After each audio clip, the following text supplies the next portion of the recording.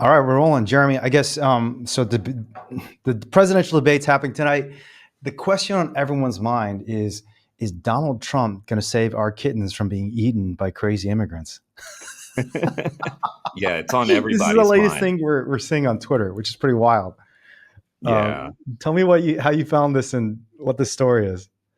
Well, probably on Twitter or Instagram or something, it's just going around that JD Vance, I guess, along with a lot of his Russian bot friends, have been spreading this conspiracy theory that Haitian immigrants are eating people's cats and ducks.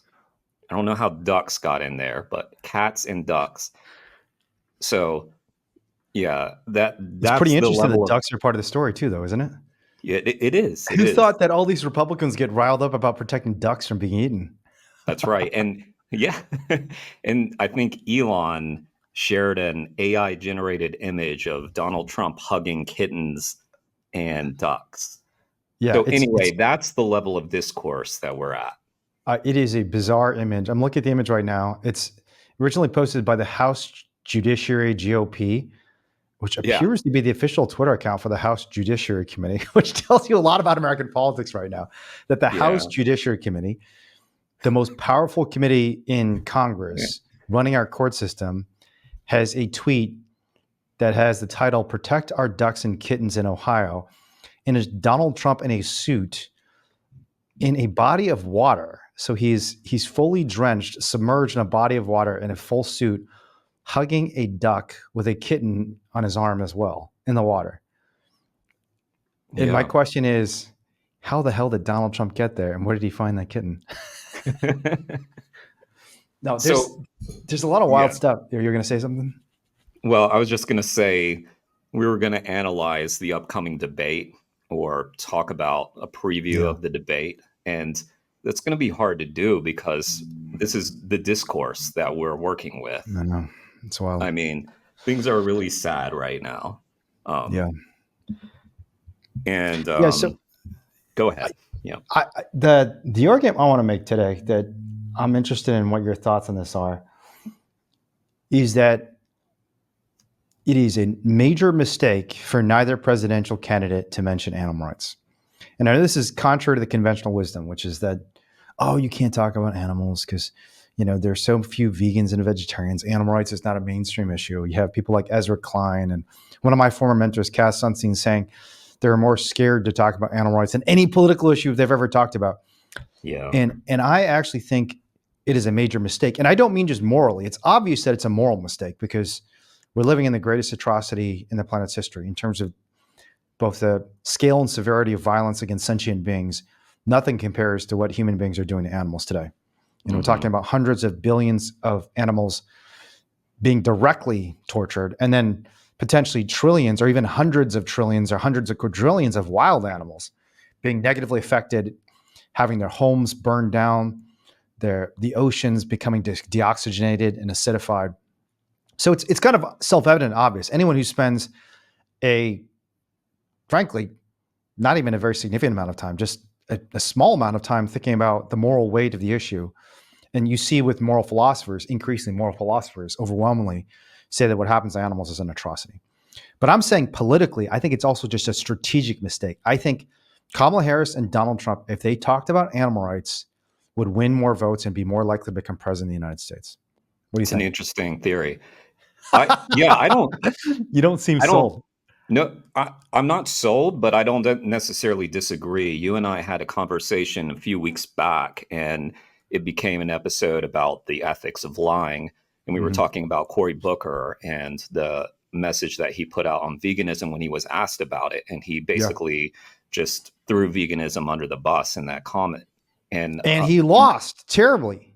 yeah, he lost. He was going to lose regardless, though. I don't think that won him, lost him many votes, but it may have been seen as inauthentic.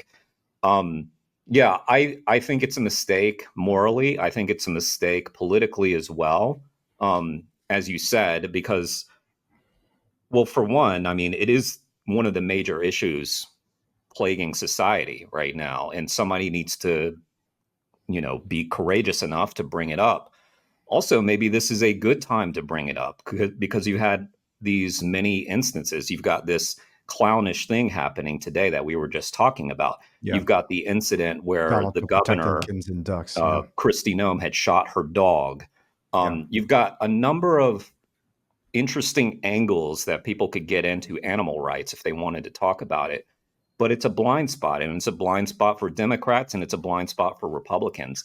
Ironically, the Republicans talk about it more, but that's because they like to fearmonger that the Democrats are trying to take away your burgers. Mm-hmm. Well, it'd be great if they were taking away your burgers, but they're not doing that. Unfortunately, the Democrats don't even talk about it. Yeah. The weird thing is Republicans also talk about Democrats hurting animals as well, not just kittens and ducks, but when you look at like the Anthony Fauci stuff, that was all about how the Democrats want to kill your puppy.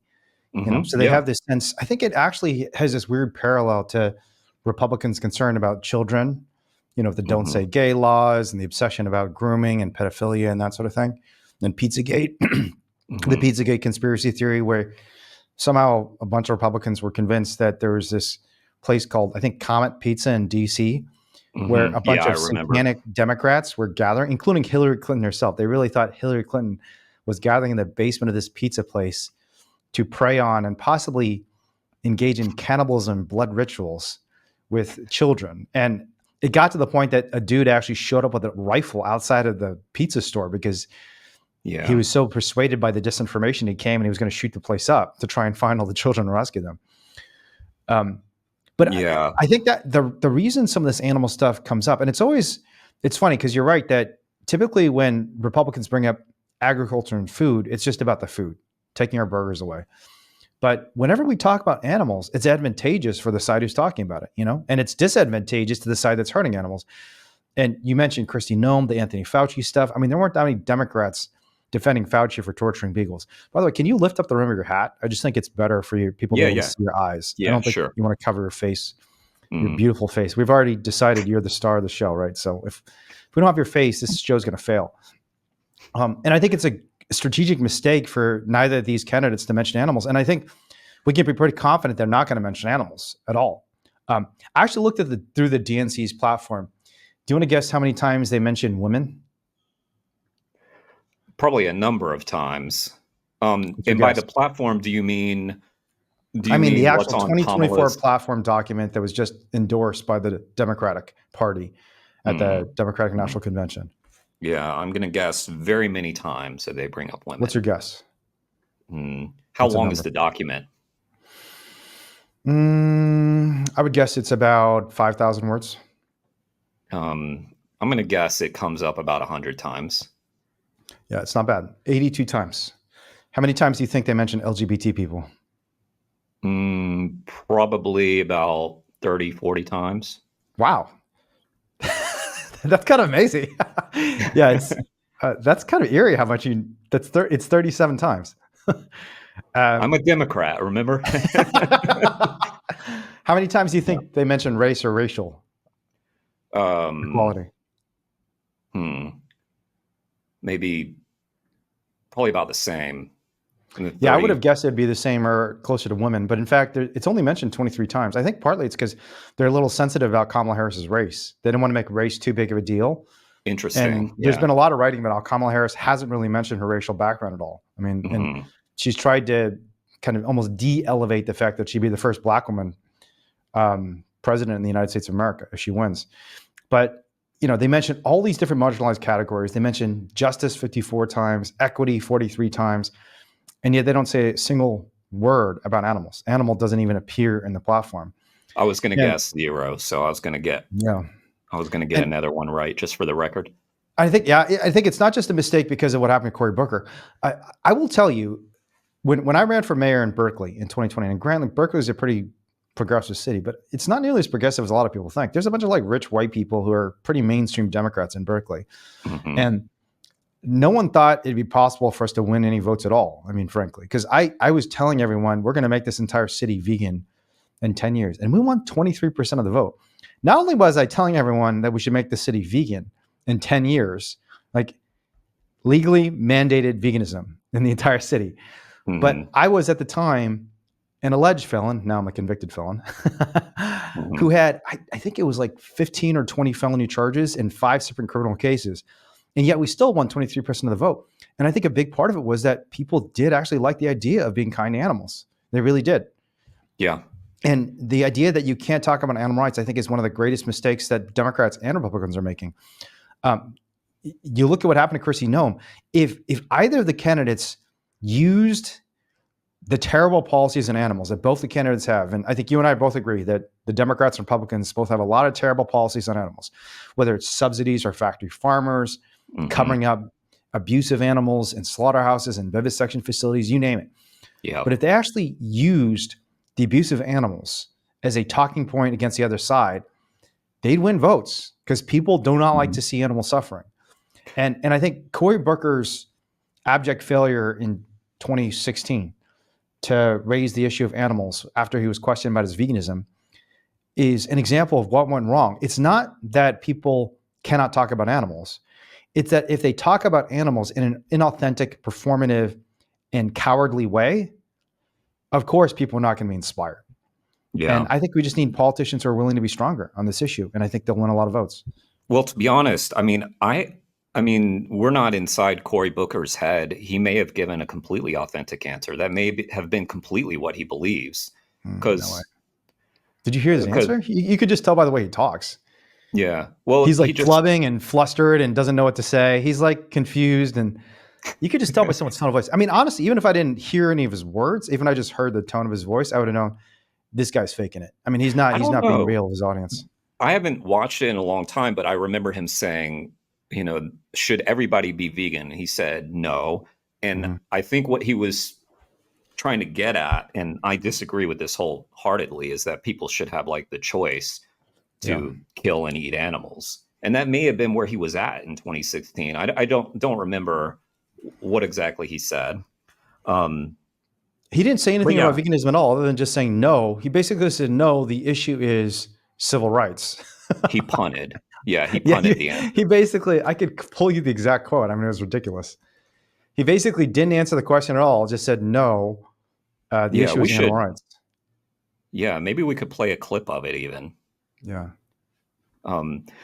But yeah, I mean, both of the sides do bring up animals very selectively if they feel that they can use it. I mean, look, Donald Trump talks about windmills all the time. And what does he always say? He says it's a graveyard for birds underneath the windmills, as though he cares about the birds. About the animals, yeah. Right. Yeah, it's weird. I mean, the problem is that when we say it's a mistake, I don't think that it's just on their radar. I agree it's a mistake, but I don't think it's a very conscious mistake. I just think that they're not on board with animal rights yet. And I think the frustration that you and I have is that this issue should be on the radar, and it's not as much on the radar as it needs to be. And I think that we're maybe 2-3 election cycles away from that happening, unless we can get some traction. And hopefully we do. Now that it's on your podcast, of course, they're going to be talking about it at the debate. Yeah. Well, I can only imagine that both Trump and Kamala Harris are going to be spending the entire hour or 2 hours talking only about animals after this comes out, for sure. Well, they'll talk about this podcast. Yeah. Yeah. No, I wish. And as somebody who's on the left and a Democrat, I have been trying to make it as much a part of the Democratic platform as I have that power to do it, which is just to talk about it more and to make it a political issue. And you've got to give credit to, Direct Action Everywhere out in Sonoma County and Pro Animal Future in Denver for putting this on the ballot so that it becomes a political issue. And it's just unfortunate. It's just that I don't want to sound like we think we're better than people, because that's what people might hear when I say this. But it is just the fact that but we are. we're just I don't want to say we're better than people, but we are. On this issue, we're just ahead of the time. we're Yeah. just ahead of the time, because Yeah, I this don't think will we be are, an because I think issue. the time has caught up. I think people really do care about this issue. And I think the problem is you just have cowards. I mean, I no offense to Mm, Cory Booker, but I have the actual quote now. So the moderator okay. asked Cory Booker, you were vegan since 2014. That's obviously a personal choice. Should people follow your diet? And he says, no. One of the reasons that I have a bill to put a moratorium on this kind of corporate consolidation is because this factory farming is destroying and hurting our environment. And you see independent family farmers being pushed out of business. That's what I'm calling for. But I want to switch. And he turned the discussion to U.S. veterans, making the inarguable point that they deserve better Mm. care. Well, so he gave an That is honest. such a ridiculous answer. So he Well, started talking about veterans. I thought he talked about civil rights, but I was wrong. So first he talks about corporate consolidation. He doesn't talk about what happens to animals directly at all. He just says mhm, corporate consolidation is bad. Honestly, I kind of feel like in Sonoma County, the DXC actors are making the same mistake. I mean, I think they keep talking about, oh, we're not against small farms. It's like, just be real. We are against small farms. And there's nothing wrong with saying that. You know, this, mhm. you can also be honest and say, this ballot initiative does not ban small farming. I think Yeah. all violence against animals is wrong. If you Well, kick one puppy in the face, I'm not going to say, oh, it was just one puppy and you only kicked him. You didn't slice his throat or throw in a boiling oil. I will yeah, say, no, yeah. it's still wrong to kill one puppy in the face or kick one puppy in the face. And I think that lack of authenticity really does damage people's messaging. And Cory Booker, I mean, I don't see how you can say this is a remotely defensible answer, even just from the perspective of authenticity. They asked him about whether people should follow his diet, and he talks about corporate consolidation of farming. And then he says, but I want Mhm. to switch. And then he talks about US war veterans. Well, no. So I give him a little more credit, because I think that what he's put forward policy wise is exactly what he said. He's gone after factory farming. So he talked about what he's done Yeah, on a but he's not answering policy the level. question. He's not answering the Well, he question. The said question was, no. should people follow your diet? Well, but He you should said explain no. your answer then. Why not? You know, you don't Yeah. just switch to something else. Corporate consolidation is a separate issue. I'm not saying it's Mhm. not a problem. Corporate consolidation is a problem in tech, Yeah. in agriculture, in banking, in oil, and everything. But Yeah. the question was, should people follow your diet? And it was a golden opportunity for him to say, absolutely yes. This diet is crucial to sustaining life on this earth. We're facing a sixth mass extinction because Yeah. agriculture across the world is decimating natural habitats. We're seeing avian flu spread across the country in ways that could wipe off, frankly, the human Right. species from the planet. Well, In this every single animal on this earth who's slaughtered in a factory farm is just like our dogs and cats. And if you were bold about this, is that going to be the central message that wins the presidential campaign? No. Is it a message that will not resonate with the public? Absolutely not. yeah. That will not resonate with the public? Absolutely not. I think the public will resonate with that message if you have a strong spokesperson. And I he just wasn't willing to be a spokesperson for that issue. Right, and that tells me that his answer may have been completely genuine. Like, he Yeah. may not believe that everybody should be vegan. Like, that's what I'm saying. This was also in 2016. Yeah, Yeah. I don't I was consider wrong though, Cory but it was actually Booker. 2019. It was the 2020 presidential election. Oh, okay. Yeah, I I was don't really wrong. consider Cory Booker, like, to be a strong advocate for animals. Hmm. Um, you know, and people are vegan for different reasons. Some people really are vegan for environmental reasons. Yeah. And he doesn't talk a lot about animals. He'll make a video every now and then. Um, yeah, so I'm just saying it probably was inauthentic, but I just don't know that. I mean, Yeah. for all I know, that's That's what he true. believes. I don't know either. I just know when I listened to it and I watched it, and I thought it was pretty cringe.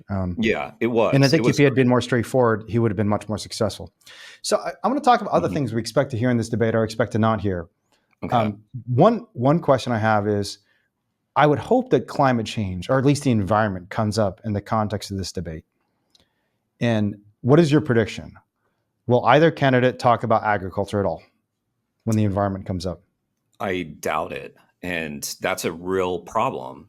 Yeah. And so I should say, like, and we should mention, although the candidates do have a certain amount of power once they start talking to take it wherever they want, the questions are going to be asked by a moderator, so they're not necessarily dictating what topics come up. And I would be shocked if a moderator brought up anything about animal agriculture. I'd be less shocked if they talked about the climate, but that didn't happen in the last debate. They may Yeah. talk about it though. They should bring up animal agriculture. I highly doubt they will, and it's going to be a major failure on both of Yeah. their parts if they do. Why do you And think they it won't doesn't talk make me about it? happy. I don't think they'll talk about it because, again, I think it's a blind spot. I don't even think it's on their radar. I I'd like to think otherwise. I'd like to think that Kamala Harris has all the scientists around her telling her this is what needs to happen. But I think she just listens to NPR. You know, I, It seriously, always comes back to NPR for you. yeah, always. And I use NPR as just a blanket term for Mhm. any kind of like she reads the New York Times, she whatever, any kind of like quote unquote liberal media. And they don't talk about it. They just don't talk about it. They'll throw out this thing about red meat every once in a while, about the carbon emissions on red meat, but they don't really deep dive into the issue and talk about all the catastrophic things that animal agriculture does: land clearing, deforestation, ocean acidification, species extinction. The carbon emissions alone are a huge problem.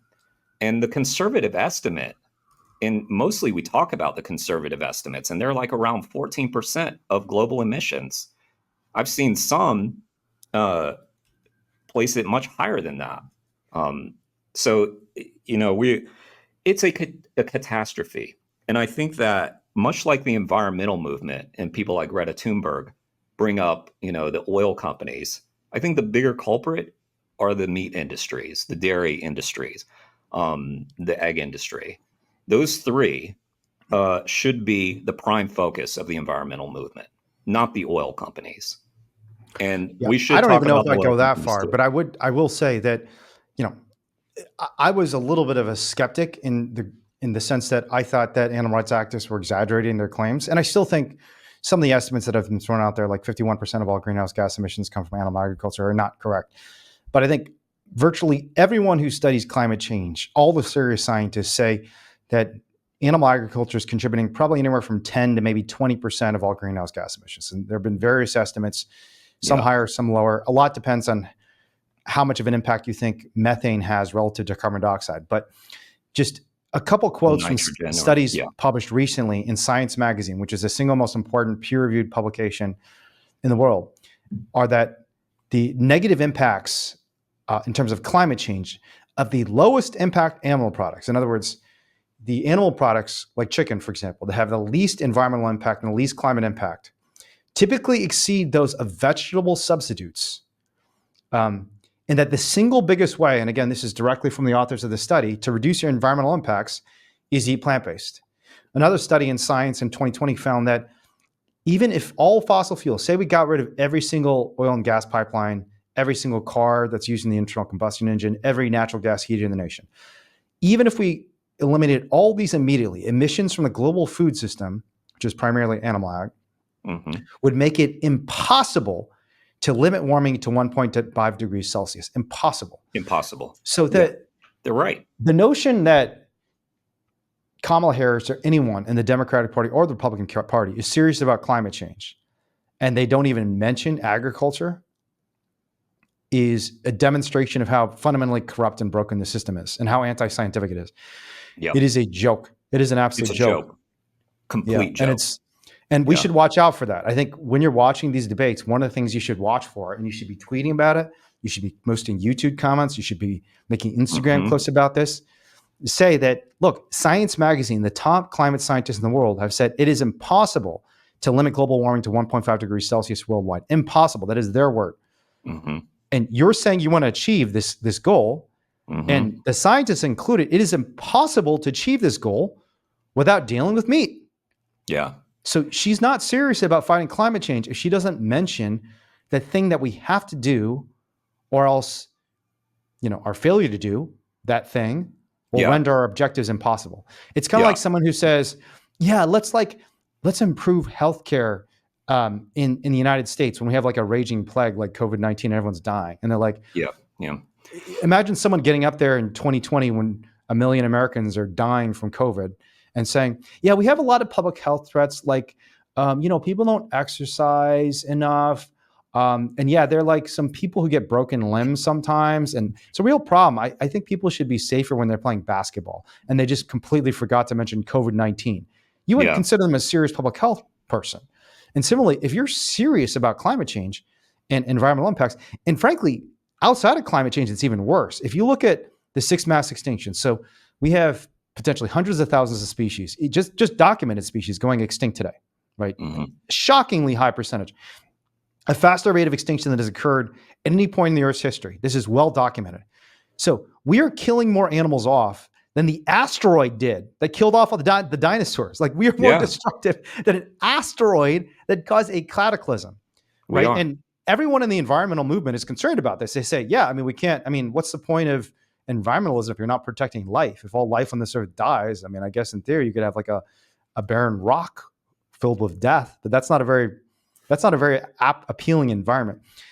And every single study that's been done to look at what's caused the mass extinction of species across the world has said not just human beings, but specifically human agriculture. Hmm. Agriculture is the cause, and human livestock agriculture in particular, because the amount of land, so like 80% of all the arable land on this planet is being used by animal agriculture. We are terraforming the earth in this dystopian, disturbing way. All the forests are being burned and cut down. The reefs are going dead. The oceans are being fished of all their life. And Yep. the number one reason is because of human institutions, salacious and unrelenting and brutal demand to slaughter the other living beings of this earth. Yeah. It's a war on the animals. I mean, Yeah. that's what It's it a is. war on And life.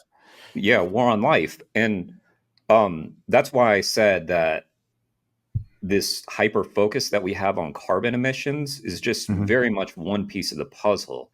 Yeah. I had a conversation with a guy today. He was saying, I feel like this whole carbon thing is a bait and switch. And um, in some ways, he's right. He was kind of a conspiracy theorist kind of guy. But Nice.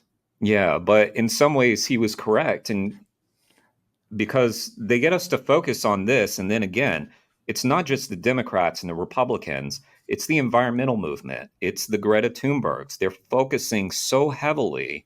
And I should say, I do think I saw Greta put something out just the other day about Denmark, actually, Hmm.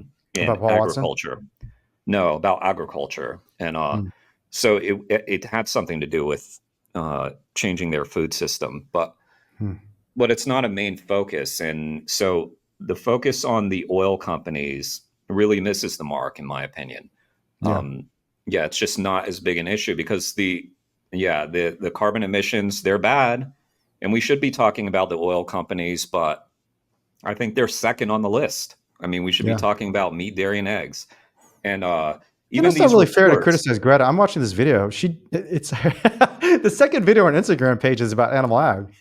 Well, that's what I said. I just saw I something, know. but it's So not. don't call her out. She's a vegan. She's solid, in Yeah, my no, opinion. Yeah. I know, but it's not like her main focus, Hmm. and that's okay. It's fine. Yeah. I'm trying to use her basically as a proxy for the entire environmental movement, which is very Nice. much focused on carbon emissions. Hmm. Uh, and that doesn't talk about deforestation. Deforestation has to do with carbon emissions as well and sequestering carbon. You Hmm. look, but the bigger deal is that I think that you know the information that's put out just perpetuates itself.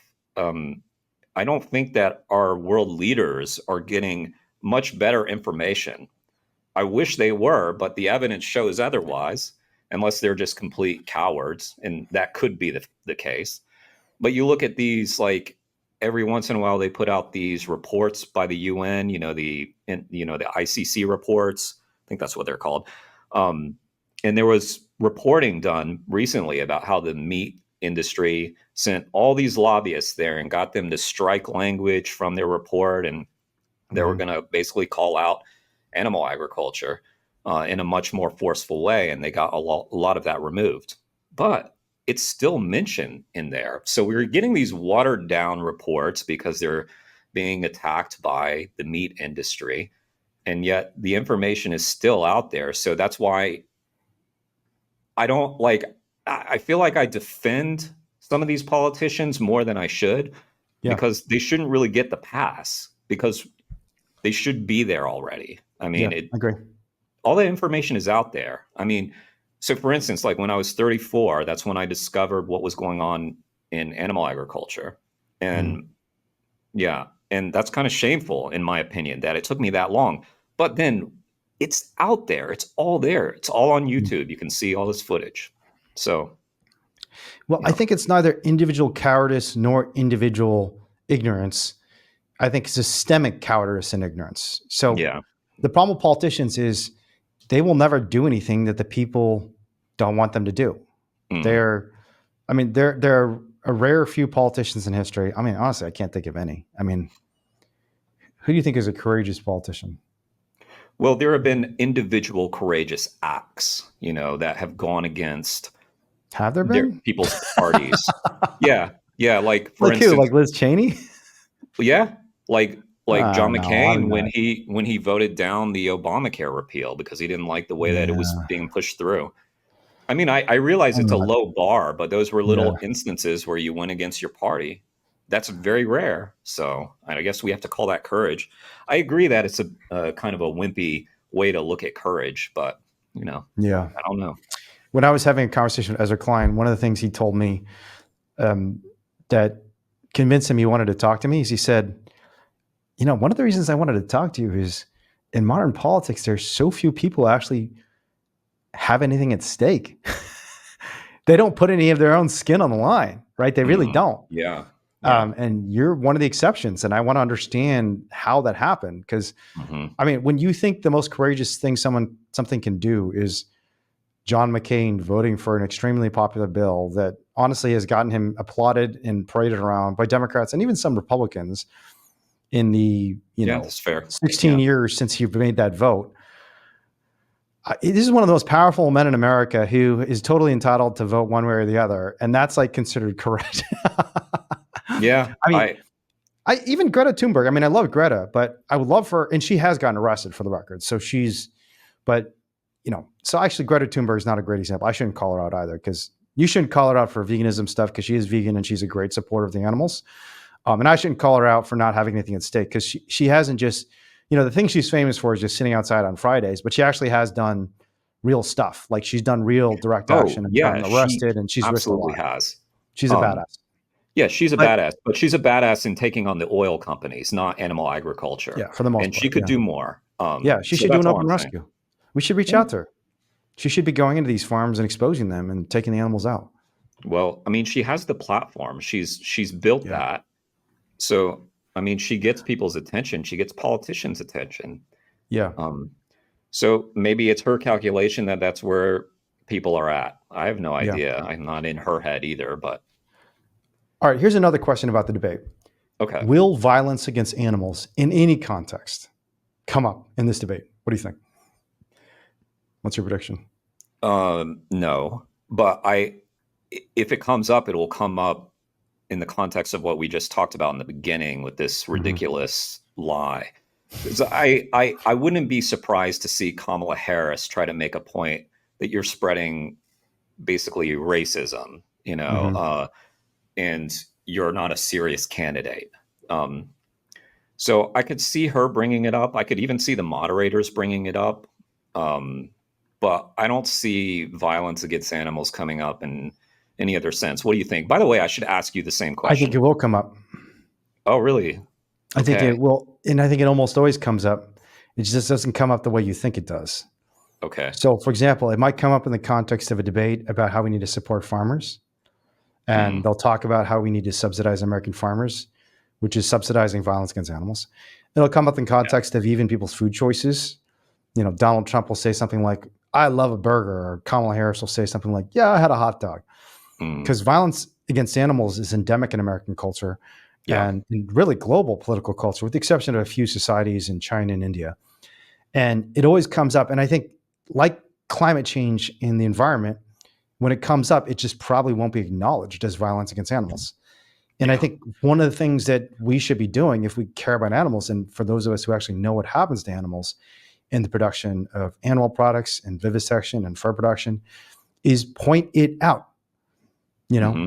I If agree. Donald Trump Yeah. starts talking about those stupid burgers he's selling, I don't know if is Trump still selling the Trump burgers and the Trump steaks. Do you remember about the Trump steak thing? From a long time ago, right? Yeah. That's one of the many businesses he ran into the ground, I think. Yeah. Yeah, But you're yeah, I right. mean, So this is the most ridiculous. Okay, guess where Donald Trump was selling his steaks. So Trump Steaks was a brand of steak and other meats that was licensed by Donald Trump. Where do you think he was selling these steaks? online, right? Yeah, but what store? I don't think you're Uh, going to be able to guess. It's no, I ridiculous. can't. It's too long ago, I think. The Sharper Image. Oh, really? I think I did hear that one time. Yeah, the The sharper image. Sharper Image, for those of you who don't know, is Is like it a still high around? end. I don't know. I haven't seen. I used to love those stores though. They're super cool. Did you like Yeah. them?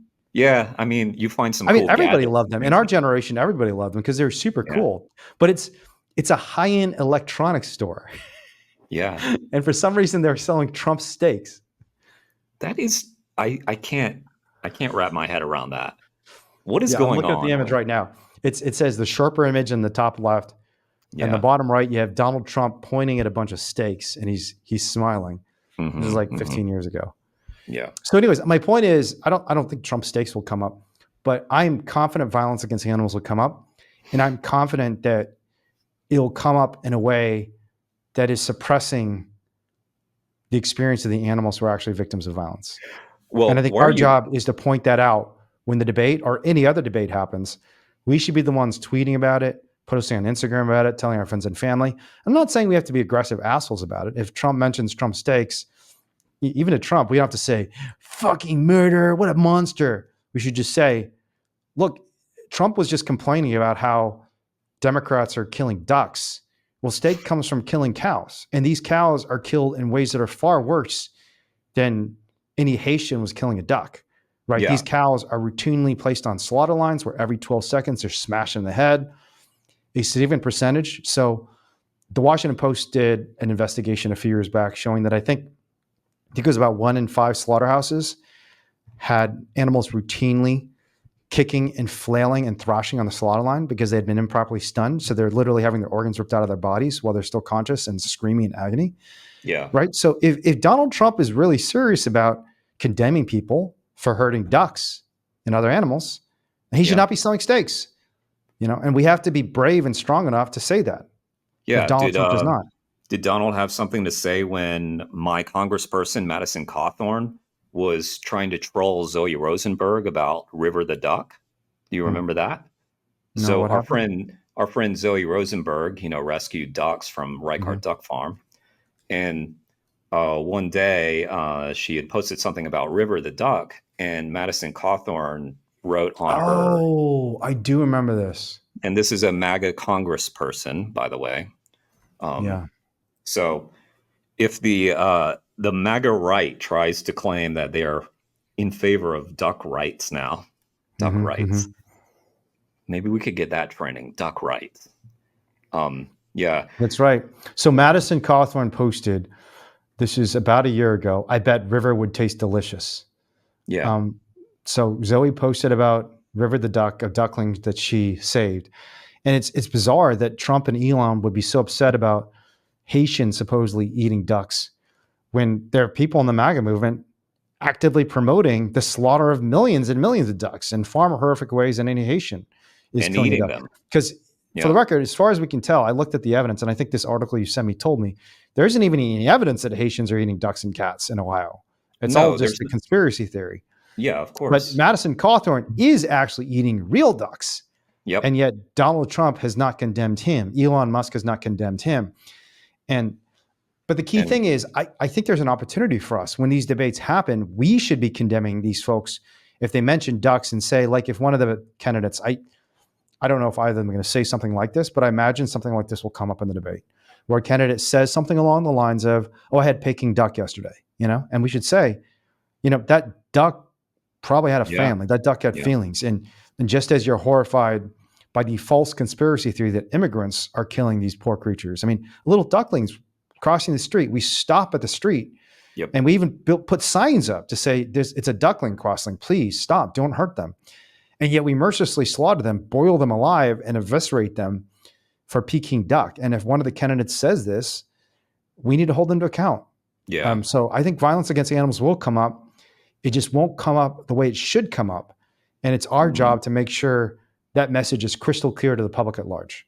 Did it come up in the last debate? Because I don't recall anything. I watched the last debate, and I do recall thinking a number of times that something related to animals was annoying me. Interesting. Because I had to stop watching after I was with family and they didn't want to watch. it was so painful, that debate. Oh my God. I know. I watched about 10 minutes of it, and then my dad was honestly, like, it felt like abuse of Biden. I mean, and not because of Trump. It was just really, really bad. It was really bad. I mean, honestly, it was kind of funny at times too, though. But it's like, I hate to even laugh about it, because it's like, in our culture, we respect our elders, and I don't like laughing at an elderly person, but it was kind of funny at times too. Like when the moderator asked him, what do you say to Americans who say the economy is not as good for me as it was under Donald Trump? And Biden goes on this rant about COVID and then gets confused. And he says, his final sentence was, we beat Medicare. Yeah, but the irony is that Trump wasn't any more coherent with his answers, but we focused on Biden because he's expected to be. He was more coherent than Biden. I mean, Biden was like stringing together random words. No, I mean, Trump was lying and he was saying a lot of stupid stuff, but he was actually saying coherent sentences. Biden was just like random words and clauses that didn't make any sense for me. But yeah, I think we expect Trump to make no sense. That's probably part of it too. I mean, if you consider a completed sentence, which I don't even agree with you that Trump really completes his sentences. Anyway, the bar is extremely low, is what we're saying. Yeah, so it's bad. Yeah. Did you see the article in the New York Times today about Trump's age and cognitive capacity? Yeah, I did. It's on the front page of my his rambling, sometimes incoherent public statements have stirred concerns among voters. Yeah. I mean, what he says should promote concern among voters. Yeah. I mean, just listen to what he says. I feel like he says so much shit that we just ignore 99% of it because it's just people can't handle it. It's just too much nonsense. But he says some pretty outrageously extreme things that are very concerning. So yeah, I take this election extremely seriously. I'm voting for Kamala. Actually, I want to ask you, because I watched your interview that you did with Jeremy Beckham, and I remember you telling me that you would vote for Kamala Harris. And during that interview that you did with Jeremy, you didn't say you weren't voting for her, but you were basically devil's advocating, I think, the Donald Trump position. But I'm curious if you're voting for Kamala. Oh yeah, I'm still voting for Kamala. Well, and why? Oh, that's a good question. Why?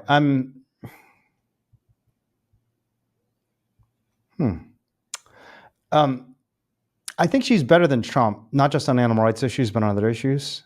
But you think she's better than Trump on animal rights issues? I do. Yeah. Interesting. I think she has been an actual advocate for animals. I think she has veganish tendencies. Honestly, even the fact that her mom is Indian, I suspect that she's been exposed to vegetarian culture just from her trips to India and her exposure to Indian culture in a way that probably no presidential candidate in American history has. And I think she said some good things. Like I loved her answer about red meat on CNN, where she said, yeah, absolutely, people should be reducing red meat consumption. I mean, she's not brave,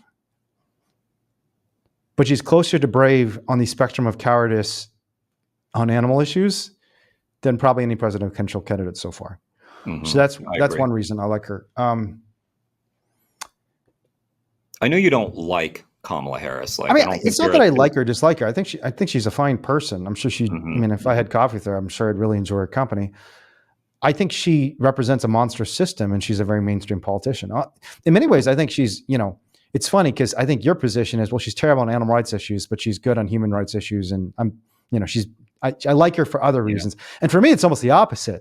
I think she's actually better than most presidential candidates on animal issues, but her human rights record is so terrible. It's kind of terrifying to me. Like the number of people she sent to prison who are innocent is absolutely scary. It is terrifying.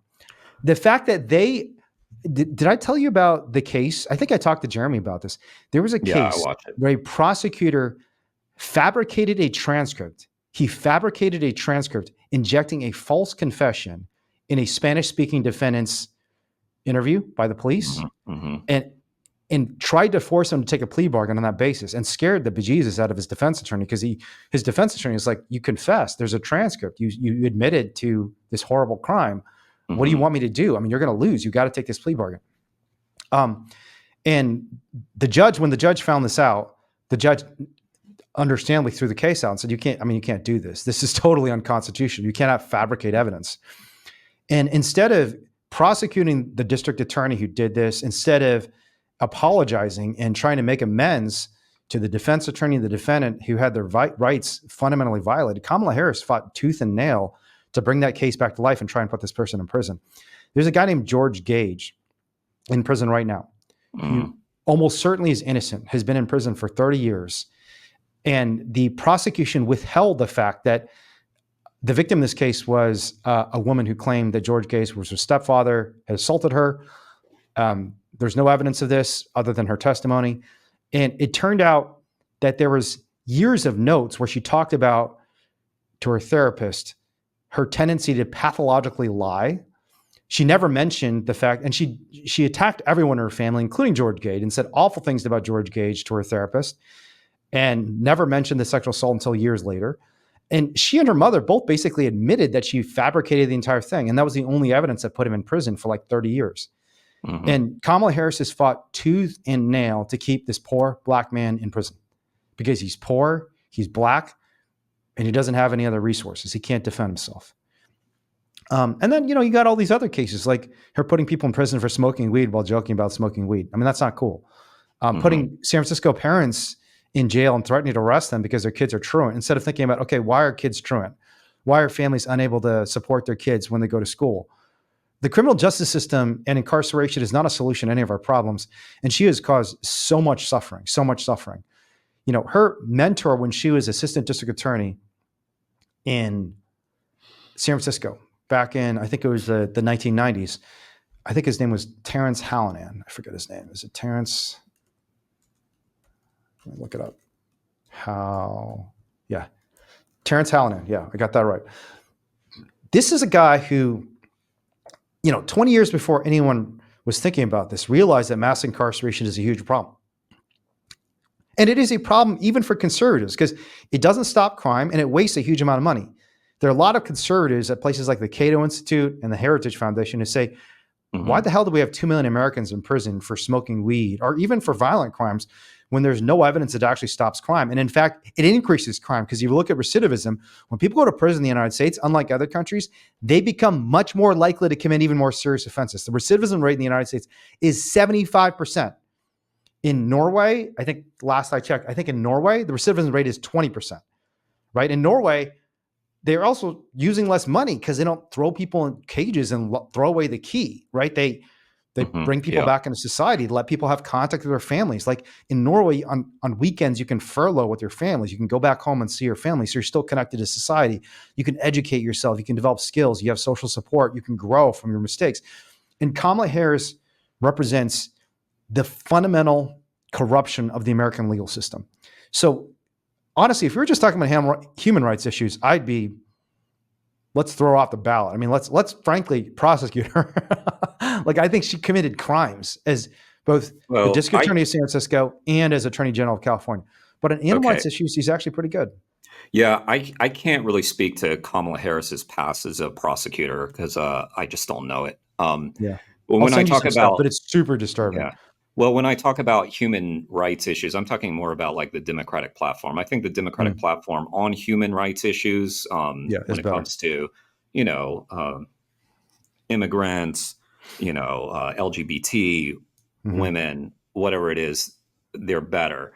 I said in I think one of our conversations that I think Kamala would be the best president of my lifetime to this point on animal rights. And I believe that. Her choice of Tim Walz wasn't good, though, on animals. I think Tim Walz is not great on animals. And I hope I'm proven wrong. Terrible. it's possible that I'm proven wrong by that, because even people with his background as a hunter, as someone who's supported the dairy industry, all these people, like, I hope they're open-minded that they can change, and it's possible. He seems like someone who's at least bright and intelligent, and then maybe he can evolve on the issue, but I hope that he evolves quickly. His daughter's But vegetarian. yeah, and a lot of times it's family members that Yeah, he convince changed people. people. Yeah. I mean, you can look at like Dick Cheney supporting gay marriage Hmm. because I think his daughter was gay. Um, and he was one of those early people who came out for gay marriage when it wasn't. I mean, now it's like, what's the big deal? But back then it was kind of a big deal to do that if you're a politician. And again, and that goes to the point that politicians are just behind. Like, it's people who lead. Politicians are usually in the rear view catching up, unfortunately. And when I look at American politics, it's really like a 2-lane highway. It's Democrat, Republican, and the fast lane is the Democrats, the slow lane's the Republicans. I want to get in the fast lane. And that Yeah, doesn't mean you're not going to have car wrecks in the fast lane. yeah, So yeah, I just rather try to get there faster. yeah. Um, So, what else are you looking for in this debate? Anything you're looking forward to hearing about or seeing, or? well, I can't really give you a very substantive answer on that because I'm so decided. I've been decided since I Hmm. was able to talk that I know who I will vote for. Yeah, I mean, like, You're able to talk, so you knew you were I going to mean, vote for Kamala when you were an infant. exactly. I already Nice. knew. I knew about Trump back then. No, but I mean, No, just from no. a political perspective, from political curiosity, what are the issues that you think are important? What are the things people should be looking for in this debate, especially as it relates to animals, but honestly, Well, even anything else? as you touched on it already, my biggest hope is that climate change gets some focus Some on points. in Yeah. this debate. It didn't in the last debate, from what I Yeah. Which is understand, and weird. so it is weird, and it's a disaster, and that's a sad thing to hope for, that it just like gets talked about, but that's what I'm hoping that they discuss. It's Yeah. also a political winner for Democrats, I'm pretty sure. I can't say that for sure, but essentially what I'm looking for in the debate tonight is for Kamala Just Harris something to to say about climate kick his change. ass. I just Yeah. want to see Interesting. her demolish Trump, Do you think she because will? Trump. No, I don't. I don't, Really? because I don't think that really happens in I thought you these said he's kinds of incoherent. formats. He is, but people don't care. People don't take it seriously. People don't care. They, yeah, we're in this really weird, bizarro world where Donald Trump has a chance to win the White House. To me, like, I saw something on social media today, and I was like, that is the post right there. It's just like, I'm Uh-huh. embarrassed to live in a country where Donald Trump has a chance of winning the White House. That's an insane indictment on our level of intelligence. Yeah. So there is a I video that was posted today from a speech Donald Trump gave at the Economic Club of New York, where he was answering a question about the cost of childcare. childcare. Yeah. I And yeah. it is a very bizarre answer. He starts talking about you have to starts talking about you have to talk about these numbers to the numbers that I'm talking about. It's unclear what numbers he's talking about. And he starts talking about how you have to tax foreign nations at level they're not used to. It But was, they'll get yeah, used to it very quickly. And I'm not going to stop from doing business with us, but they'll have a very substantial tax increase when they yeah. send product into our country. But he's always been like this. Like, this isn't Yeah. any different. He's always been this incoherent, and it's just because all of it's incoherent that it's just like, you know, it just blends together, I guess. I mean, he also said something weird about bacon and wind power or something in the same sentence. You didn't see this one? This I is think I it. heard about this. Yeah, Six it was degrees of Trump and bacon. yeah. What did he say? He said it's because of the windmills. The price Yeah. of bacon is high or something because of the windmills. I think that's what he did. So here's what he said. Groceries food has gone up at levels that nobody's ever seen before. You take a look at bacon and some of those products, and some people don't eat bacon anymore. We were to get the energy prices down. When we get energy down, you know this. This was caused by their horrible energy. Wind. They want wind all over the place. When it doesn't blow, we have a little problem. This is caused by energy. This was caused really by energy and also the unbelievable spending. They're spending us out of wealth, actually. They're taking our wealth away, but it was caused by energy. So, yeah. What a weird answer. Yeah. So you're just looking for Kamala to beat him. But I mean, how is she going to beat him if it doesn't matter how incoherent he is? Yeah. I don't know. He'll have to pee his pants on stage or something, you know? I mean, it's just not. I think mostly these debates are a joke. I mean, they're Yeah. just set up so poorly. They're The performances. They're yeah, theater. the one that was consequential was the last one, and that was because it really exposed Biden's age. You know, Yeah. it exposed him really badly, and yeah, and but it wasn't because of the debate. You know, like I guess you could argue it was the debate format and all that, but it really had nothing to do with Trump. It had nothing to do with the moderators. It was just Biden at that moment. So I just think that our whole system, we know this, our whole system is a joke. These debates are a joke. The whole process is a joke. I mean, so like, for instance, like in North Carolina, they've delayed sending out ballots. And they did that because RFK Jr., who had his name on the ballot and just dropped out, said, I want to stay on the ballot in all the red states and the blue states. But in the swing states where I could be a spoiler, I'm going to keep my name on the ballot. So the ballot election officials in North Carolina said it's too late. We've already printed these things, and they were ready to go out yesterday, I think. Court delayed it because he sued to get his name taken off. And just Why does he want to tonight, be on the ballot? I think he assumes that he will help Trump. I mean, he's By endorsed being Trump. on the ballot? Won't he take voters from Trump? I guess he thinks not.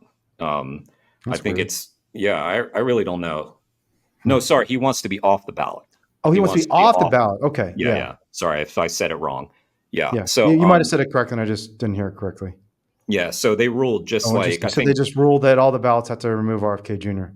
Yeah, just about 20 minutes before 2 we hours started ago. this. Yeah. Wow, Yeah, because we're just in case people are timing this up, we're talking the day before the debate. Yeah. And releasing it on the day of the debate. All right. I want to mention one other thing I'm going to be looking out for in this debate because it comes up more often than you might think in debates. And I think it's a real big opportunity for animal advocates. And that is if presidential pets come up and you need context. Now, Trump is unfortunately not a great example of this because Trump is, did you know he's like the first president in, I think, like 100 years who did not have a companion animal? Right. Yeah. There are only 3 presidents in American history who do not have a companion animal. Do you know who they are? They're like 3 of the worst. Are they? Nixon? Yeah. Oh no, Nixon had a cat. I think he loved. Didn't he have a cat that he loved? Nixon's cat. Pretty sure Nixon had a cat. Let's see. Who did Nixon have? So they are Andrew Johnson, James Polk, and Donald Trump. Wow. I'm trying to think who Nixon. Oh, he had a poodle. Oh no, he had a poodle, a Yorkshire Terrier, an Irish Setter, and a Cocker Spaniel. Damn. He also had a fish. Wow. Nixon had a fish. And a lot of animals. But yeah, so Andrew Johnson was the president who took over after Lincoln was assassinated and was impeached, I think, by Republicans because he basically re-enslaved all the people who were freed in the Civil War through Reconstruction. So widely considered one of the worst presidents in American history. James Polk was a president in the pre-Civil War era who not only colonized Mexico, he started the Mexican-American War, killed a bunch of brown people. You know, back then it was lauded. We think, I mean, nowadays we were basically Russia and the Russia versus Ukraine war, except it was the United States versus Mexico. And back then it was great because we're the winners of history. So we write history and say like, oh, this is great. We just decided to take all of Mexico's land. Isn't that great? And Polk did that. He was also one of the largest slaveholders in American presidential history at a time period where slavery was already becoming extremely controversial. Right? I mean, even Thomas Jefferson released his slaves when he was president. And I think shortly after he was president, he basically manumitted a bunch of his slaves. But James Polk also didn't have any companion animals. And the third is Donald Trump. So and that tells you something.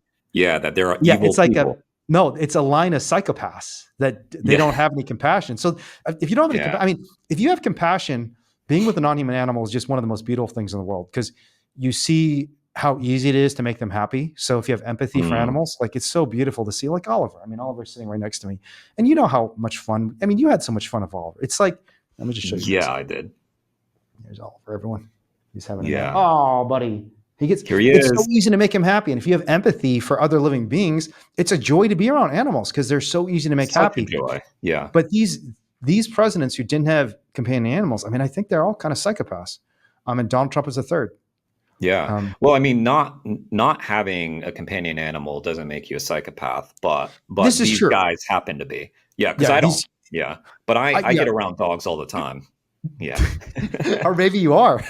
I'm just kidding. Maybe. No, I think specifically presidents who don't have companion animals, the reason I think that's distinctively evidence of possible serious pathological and clinically pathological behavior is because presidents have enormous resources and they are also scrutinized to the point they know every moment of their lives is being watched. Every aspect of their lives is being documented. Yeah. In the presidents who have companion animals, well, I think it's two things. One is companion animals, when you're in that situation, are incredibly healing. I know this from personal experience. When you're under public scrutiny, having someone who just does not give a shit about any of that and just loves you unconditionally is incredibly healing and powerful if you have empathy. But the other thing is, I think that the presidents who it doesn't even occur to them that caretaking for a vulnerable being is something that is a good look, that's something they should be doing to represent the American public, there's something disturbing about that set of people. And Donald Trump was one of them. He just doesn't care. Like he doesn't care. He doesn't care about compassion. He doesn't care about empathy. He doesn't care about caretaking. And he's almost proud of it. And I think the same is true of Andrew Johnson and James Polk, which is one of the reasons why all three of them were just absolutely awful, atrocious presidents. Yeah. But presidential pets do come up in debates. And it's always ridiculous because everybody loves the presidential pets, like, right? You know, I think, Barney, George W. Bush's dog, and then you have like Major and Commander, Joe Biden's German Shepherds. Everybody loves the presidential pets. And whenever they come up in a speech or a debate, it's always like, oh, president loves the dog, loves the cat. And we never talk about why that should extend to other animals. If we think the presidents, as leaders of the nation, should lead us in having kindness to the individual animal in their own home, then why not? Even if you just confine the question to dogs and cats, why not the 20,000 dogs at Marshall Bioresources in New York who are being tortured and killed? Why not the cats at the University of Wisconsin laboratories who are having neural implants drilled into their skulls while they're conscious and awake, who are in head restraint chairs while people perform horrible experiments on them? Because they know if they don't restrain their heads, they cannot actually induce them to take the abuse they're going to endure at the University of Wisconsin. And this is an opportunity. If the presidents talk about the companions they love, I'm not saying we should be assholes. If Joe Biden's celebrating Major's birthday, don't say like, you piece of shit, what about the dogs at Ridgeland? But I do think it's an opportunity to thank our elected officials and say, yes, it's a beautiful thing that you love, Major or Commander or Barney or whatever the dog is. Yeah. And I hope we have your support in loving the dogs at Ridgeland too, and the dogs at Marshall. And Tim Walz is a great example of this because Tim Walz, have you seen like the photos of him and his rescue dogs and how they've always gone viral? Yeah, I have. There have been multiple posts that people have made. Actually, the other Jeremy Beckham, who I had on the show a couple weeks ago, he posted Tim Walz, a photo of Tim Walz and his rescue dog and how much he loves his rescue dog. And Tim Walz like made fun of Donald Trump and said, he actually made fun of Donald Trump not for having a dog. He basically said, like, this was part of his entire weird attack. He said, these guys are just weird. Can you imagine like Donald Trump going to his backyard and playing with the dog? Like I go back to my backyard every day and I throw a ball with, I think his name's Scout. Is that his name? Yeah, that is. And he emphasizes Scout as a rescue dog. Not only is he a dog, he's a rescue dog. And I go to my backyard and I play ball. Can you even imagine Donald Trump doing this? And every time he talks about his rescue dog, like literally it's like tens of thousands of posts and shares and everyone applauding him.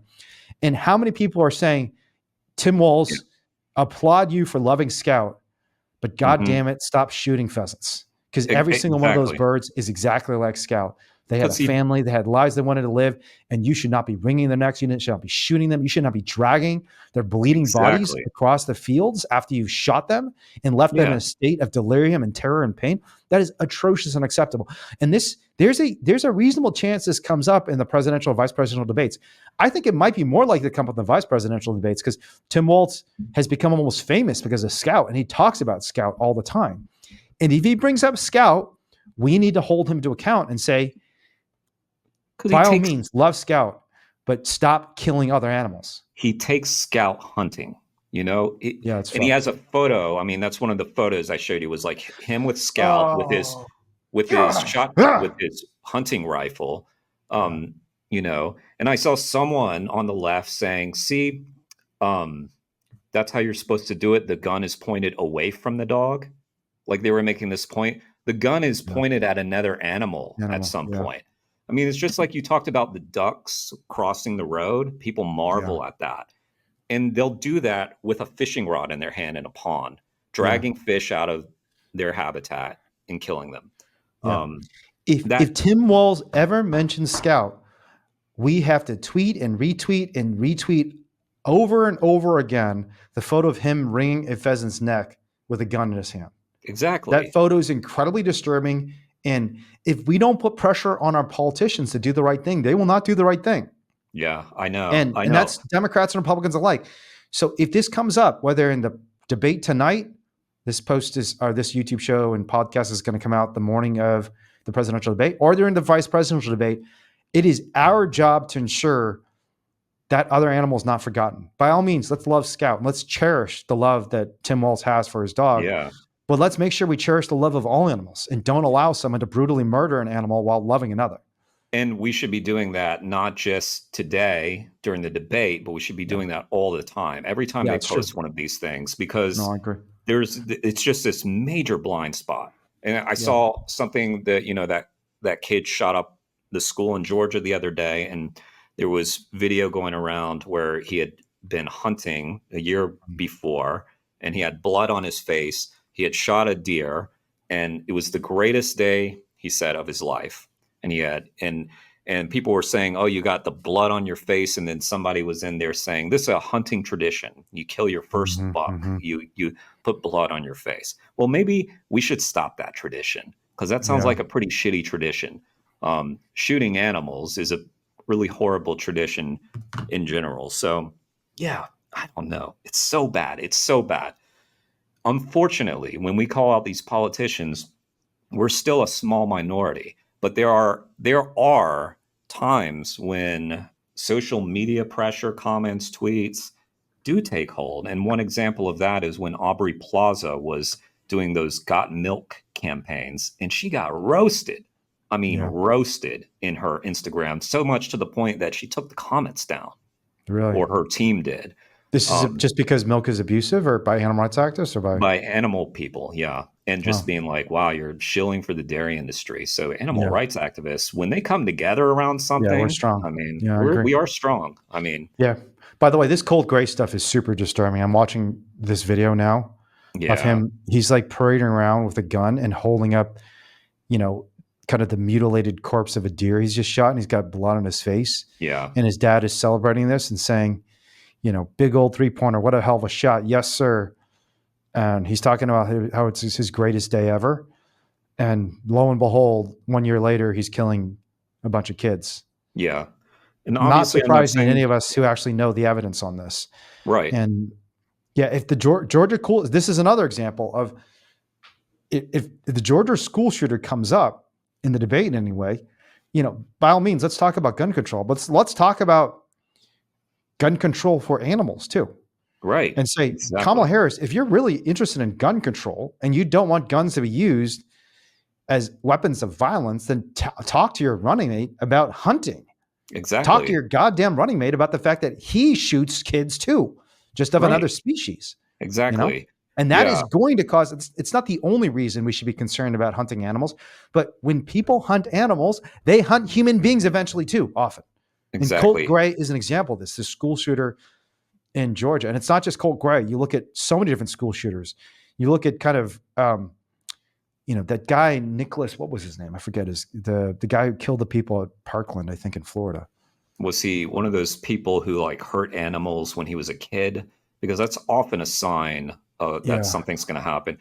A lot of times when someone is like young and like mutilates animals, or I mean, even the Dahmer series really focused on how when he was young, Yeah, he he started got really killing fascinated with animals. roadkill and dissecting, looking at dead animals. Yeah. And yeah, I find that I think that what you were saying about presidential pets might have been a bit of a stretch, that it's to draw a line between them being psychotic, like shows some kind of psychopathy. That's because To your me, it's species is scum. well, no, I'm maybe just they're the kidding. ones that say animals shouldn't be even owned. Oh It's shit! You just outwoke me. I did. I You did. outwoke And you the didn't see wokest it animal coming. rights activists in the nation. I had no idea you were coming with that. I Damn, know. I feel like totally out of sorts now. Like I Yeah. thought I was like a level 5 vegan, and you just went to level 6. Like Hey, I don't even know what to do now. Can I just like bow to you? we should just end the podcast now and Yeah, we should yeah, just. I should just end just everything. I don't deserve to speak anymore at this point. End everything. I made an Instagram story a couple days ago about this. End everything because the simple heart is dying, and I didn't know the moment was actually coming when you yeah. called me out for my own speciesism because I didn't recognize Well, I the already took brilliance you of out James. on your Oh, birthday, that's what Wayne. you talking I mean, You took you're a, down the sex cult leader on his birthday. I Everyone should know. go I watch that was episode, by the way. That's hilarious. It's on yeah. Jeremy's YouTube show. Yeah, that was fun. Wouldn't that be interesting if that's part of the reason Donald Trump doesn't have a dog? He just thinks it's kind of fucked up for people to have animals. That'd be amazing. I mean, That yeah, would be really interesting. I don't think it's the would be. case, but it's Of course possible. not. Yeah. You don't think it's No, it's possible? mm, no, I don't think he has really any principles. And I was gonna say when you were bringing that up, like I just detest the Trumps so Huh. much, so much. But if they had a dog, I would love that dog. I'd Yeah. feel sorry for that dog that he has to live around all these, you know, Trump people. But yeah, Well, Lara Trump is a huge fan of beagles, and I'm pretty sure she saved some of the Invigo beagles. that's interesting. Yeah, we were just looking into that the other day because some of the people from the royal family, like Prince Harry and Meghan Markle, rescued Yeah. some of the Invigo beagles too. It's very interesting. Um, Eric but Trump's wife is publicly aligned with a controversial animal rights group whose leadership includes a felon who served a 6-year sentence in federal prison for harassing and stalking researchers. Nice. Well done, really Lara Trump. interesting. Yeah. Because she was supporting the Beagle Freedom Project. I Oh, thought I see. I see. I thought But she adopted again, some of the Invigo beagles. and these are the cracks in the door, that we can Mm-hmm. push on, because I mean, it's just this weird blind spot. Like all these people, like Tim Walz, they're dog lovers. Mm-hmm. Um, yeah, there was something that I saw on his TikTok the other day where he was giving a bobby calf milk, feeding a bobby calf from like a bottle, and he This is Tim was Walz. yeah, Tim Walz, and he Mm-hmm. he seemed to really love that calf, and he said made a new friend. It said made a new friend, but and then he's like, let's get some yogurt, let's get some ice cream. Like he's supporting the dairy industry, so it's just this yeah, just complete like failure to grasp what they're doing. Mm-hmm. And so I don't have a lot of hope for Tim Walz, but I'm hopeful. I have like very small level of hope that maybe he could be persuaded, or that the vice president won't have much sway over policy, because I would worry if he did. Um, but yeah, yeah. Are you looking up that Tim Walz? No, I was just looking at Lara Trump. I was trying to figure out. I was listening too, Yeah, yeah. but I was trying to find out if Lara Trump had actually adopted one of the Vigo beagles. I know she's a big beagle fan, and she supports a lot of animal rights groups, Mm. but she apparently does not have one of the Vigo beagles. But I assume a lot of these animal rights groups are cat and dog focused.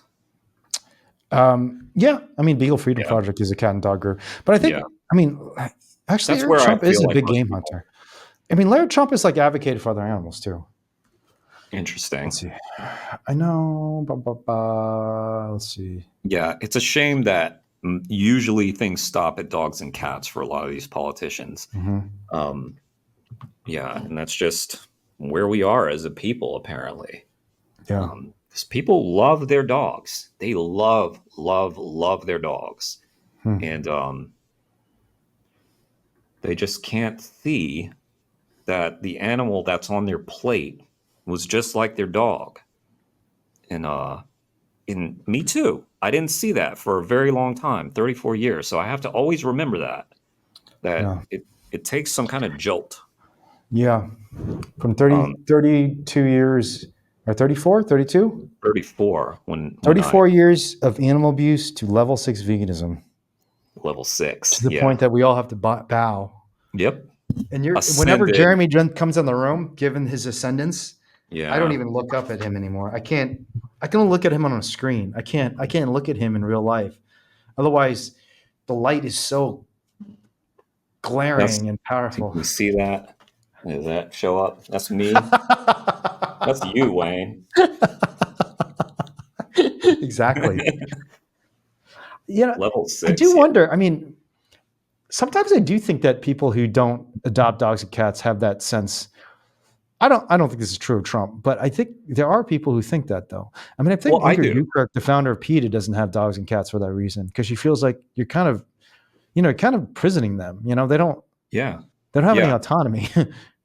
Well, I mean, part of the reason why I don't have a pet is for that reason. I mean, a bigger reason is just that I wouldn't be home as much, and I feel like it would limit. I feel like it would limit, my mobility to some Yeah. extent. But I also, it depends on the person who's the companion of that animal, and I think they put it really well in the film Earthlings. Where Joaquin was narrating, he basically asked the questions. The first segment of that movie is about pets, and he says, we just need to ask: is this in the best interest of the Yeah, animal the or in the animal. best interest of us? And in the case of Yeah. you and Oliver, it's obvious. Oliver was on his way to the meat trade. He was part Yeah. of the meat trade in China, so he has now a great pop. And Oliver. yeah. And Good boy. like you said, he's so much fun. Yeah. And I get so much joy from playing with animals. And it is a reminder of that empathy that we feel for these animals. The other day, I was playing with one of the dogs, and I was like running around with a These are your stick. family's dogs? No, this was a friend, this like my friend dog this place that I go to, this sweet boy Dingo. And Nice. Dingo was jumping up. You just and have a dog friend you go hang out with? Kind of, yeah, I do. It's kind of weird. Yeah, I mean, I'm Wait, friends maybe with it's because you're level 6 vegan. I just haven't level evolved to that 6. point. Yeah, I don't have non-human friends I hang out with outside of my family. You do. I literally go to this place because I know that I'll see Dingo, Dingo. and Wow. it's like on my way home. But yeah, we were playing So woke, outside. Jeremy. Yeah, and he was like, he like jumped up too fast or something. He got kind of hit in the face and he yelped, and I felt terrible because we were playing, and of course he was fine. He was fine, Yeah. but You just when got you scared. are around animals and you can sense their pain, sense their Yeah. stress, sense their worry, sense their joy, and their fun, and like you said, they're so easy to make happy Yeah. because these dogs are so loving. People have said it many times that we don't deserve dogs. We don't. Dogs are so great. Um, yeah, dogs, cats, doesn't matter. Yeah. I mean, They you are. got Pablo there around you too. Even though Pablo attacks me all the time, but he's Yeah. still He's a not good here boy. today. Oh, he's Pablo's a not. cat, by the way. Don't worry. It's not a human being. Maybe it's not better that it's a cat, because that cat has got some vicious claws. Yeah, All he right. does. I actually am going to try and take Oliver to the park tonight. So I want to try and Okay, finish sounds up. good. Any last thoughts about things? So some things we talked about that people should watch out Mhm. for in this debate and future debates. If they talk about climate change, let's make Yeah. sure they talk about animals. Yeah. If they talk about animals in any context, violence against animals will probably come up in the context of beef or meat or fur or agriculture or farming. And we just have to make sure the animal story and the fact that these are violent systems comes up. If companion animals or pets come up, this is another opportunity to bring up animal rights. What else are we talking about? We've talked about, this crazy conspiracy theory of Haitians killing cats. So there's so many opportunities for us to use the presidential debate and understand how the presidential debate is shaping negatively or positively the Yeah. direction of the future for animal rights. And all of us can be a part of that. But any other final thoughts before Yeah, this I debate agree happens? 100% with what you're saying. I think everybody should use every opportunity to call out the blind spot that these Yeah. politicians have for animals. I Including also sharing this show. Make sure people share the hear show. this. Yeah, yeah. And I do also want to make sure that people, like when we're talking about this, that people aren't discouraged from voting. Though Hmm. I think you described Donald Trump one time like a heart attack. I Hmm. think in one of our conversations, and I was thinking later, I was like, that's a great analogy because a lot of people will survive a heart attack once. You have 2 heart attacks, not a lot of people survive that. I think Donald Yeah. Trump is a clear threat. I hope people will vote against him. But I do want people to hold Democrats accountable. Like I said, I really do see it like it's the fast lane versus the slow lane, So, but they need that push. mhm. So yeah, I just hope that people will take part in the election, but we do need to pressure these politicians to get animal rights on the agenda because Yeah. it should be a part of the platform. Yeah. I Agreed. mean, I can't Agreed. wait to see that day when Well, I Democrats feel less strongly than you do about voting, as you know, but I think where we'll agree is even more important than voting is get out there and do something for the animals. agreed. Do some Yeah, form of yeah, activism because you have so much more power than just checking a box on yeah, November 5th. yeah. But you But only that's have an that power easy if you thing to go out do. and, yeah, it's an easy thing to do, but they're harder and more meaningful, more powerful things to do, like getting out Hmm. there on the streets, or for that matter, going to a place where animals are being tortured and taking them out. Yeah, I So mean, let's if you make live sure it all in happens. Okay. exactly. I mean, if you live in California, live in Colorado, you can help support those ballot initiatives. For sure. There are maybe politicians that are like animal rights focused in your area that you can support. There's a lot of things that you can do. Voting is the baseline, just like I feel like veganism is the baseline. It's like the the Hmm. the bare minimum. Like we should all be activists and active as well. So I'll let you go, Wayne, so that you can get Oliver his walk time. And Indeed. yeah, All right. Thanks, my okay. friend. As always, let's see what happens at the debate. And Enjoy to the all of you debate. listening, make sure you subscribe. Make sure you make those comments and use this debate as an opportunity to expand consciousness on animal rights. The climate change is probably going to come up. Some sort of violence against animals is going to come up. And if you're watching the debate, make sure you harness those opportunities. All right. All right. Yep. Until next time, Jeremy. All right. Take care, Wayne. We don't have to hurt animals. You can protect them. We don't have to kill them. We can care for them. And that's who we're meant to be, right? That's who we are when we're at our best. We're caring for each other and for the other living beings of this earth and not hurting them.